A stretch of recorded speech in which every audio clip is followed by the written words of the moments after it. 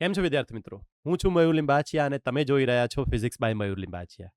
તો ચલો વિદ્યાર્થી મિત્રો શરૂ કરીએ આજનો આ વિડિયો લેક્ચર, જેમાં આપણે આગળના વિડિયો લેક્ચરમાં જોયેલા ટોપિક 4.2.3 વિદ્યુત પ્રવાહ ધારિત તાર ઉપર લાગતું ચુંબકીય બળ, એમાં આ ચુંબકીય બળની દિશા કેવી રીતે શોધવી એના વિશે ચર્ચા કરવાના છીએ.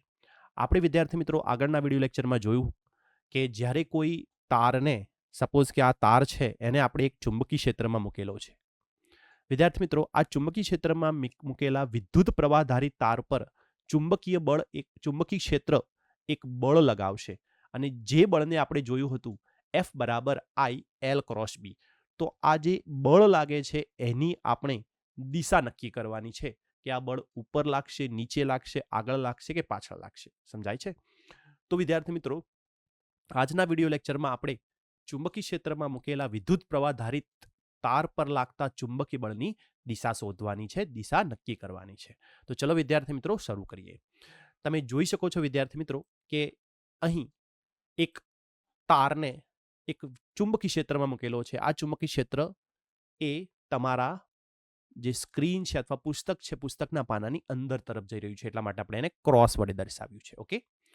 અને આ ચુંબકીય ક્ષેત્રમાં એક વિદ્યુત પ્રવાહધારિત તાર મૂકેલો છે, વાહક મૂકેલો છે.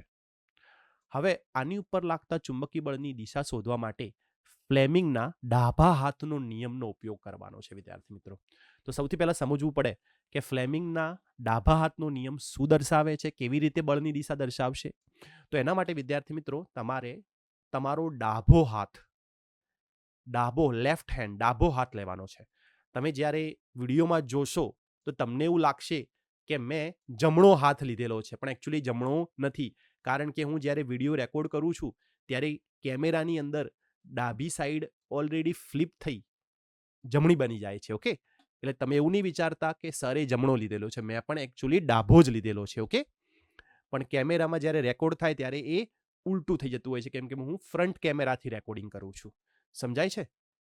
તો હવે વિદ્યાર્થી મિત્રો, મારો પણ આ ડાબો હાથ છે, તો મેં અહીંયા ડાબો હાથ લીધેલો છે. આ ડાબા હાથમાં સૌથી પહેલી આંગળી એ ચુંબકીય ક્ષેત્રની દિશા દર્શાવશે. તો તમે જુઓ, આ જે હું અહીંયા આકૃતિમાં બતાવું તો આ પ્રથમ આંગળી છે, પ્રથમ આંગળી, પોઇન્ટિંગ ફિંગર.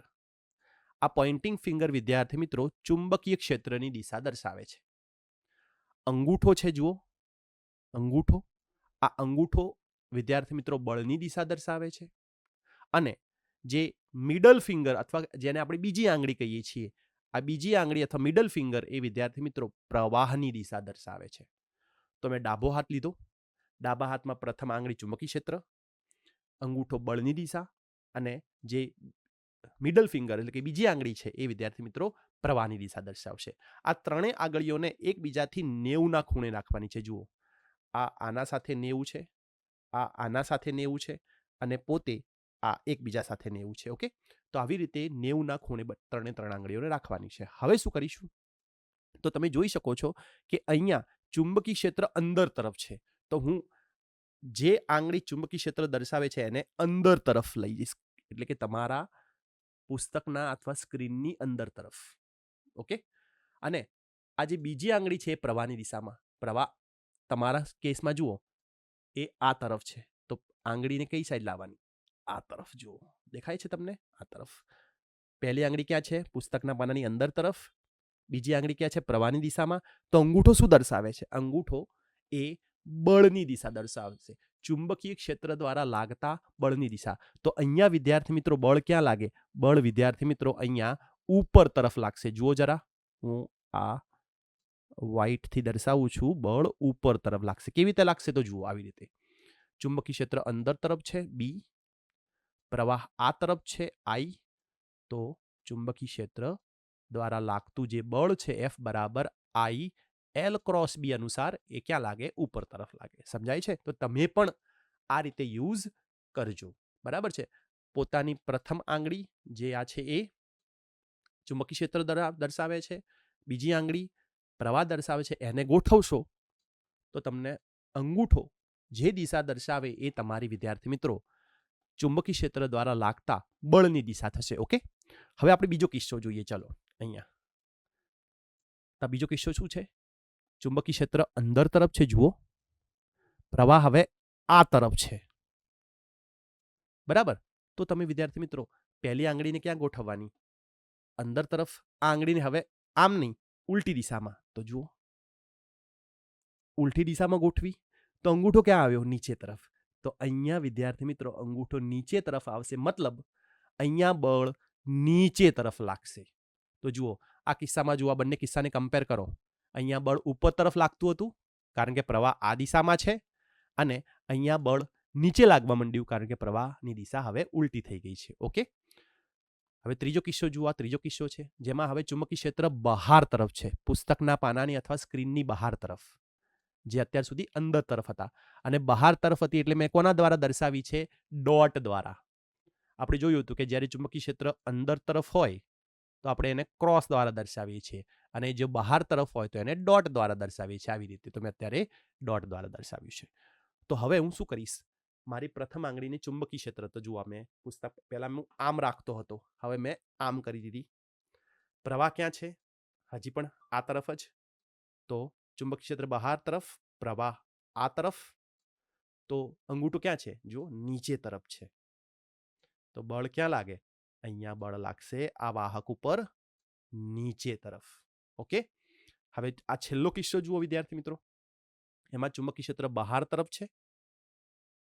ઓકે, પ્રવાહ ક્યાં છે? પ્રવાહ હવે ઉલટો થઈ ગયો. આ કિસ્સાના અનુસાર આ તરફ હતો, હવે ઉલટો થયો.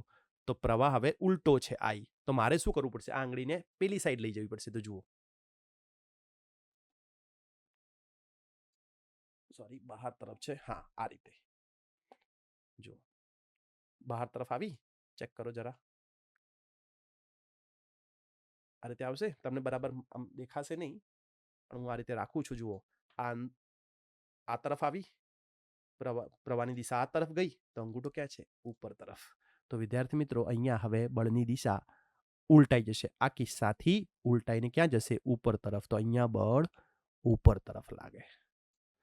તો આ રીતે વિદ્યાર્થી મિત્રો જ્યારે પણ તમે પ્રથમ આંગળી ચુંબકીય ક્ષેત્રની દિશામાં, બીજી આંગળી પ્રવાહની દિશામાં ગોઠવશો તો ઓટોમેટિકલી જે અંગૂઠો છે એ તમને ચુંબકીય ક્ષેત્ર દ્વારા લાગતા ચુંબકીય બળ F બરાબર I ક્રોસ B ની દિશા દર્શાવે છે.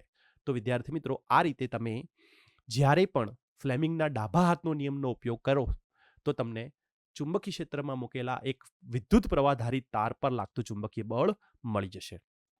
તો આશા રાખું છું કે તમને વિદ્યાર્થી મિત્રો ફ્લેમિંગના ડાબા હાથ દ્વારા ચુંબકીય ક્ષેત્રમાં મૂકેલા વિદ્યુત પ્રવાહધારી તાર પર લાગતું ચુંબકીય બળ કઈ દિશામાં મળે એ શોધવામાં હવે સરળતા રહેશે.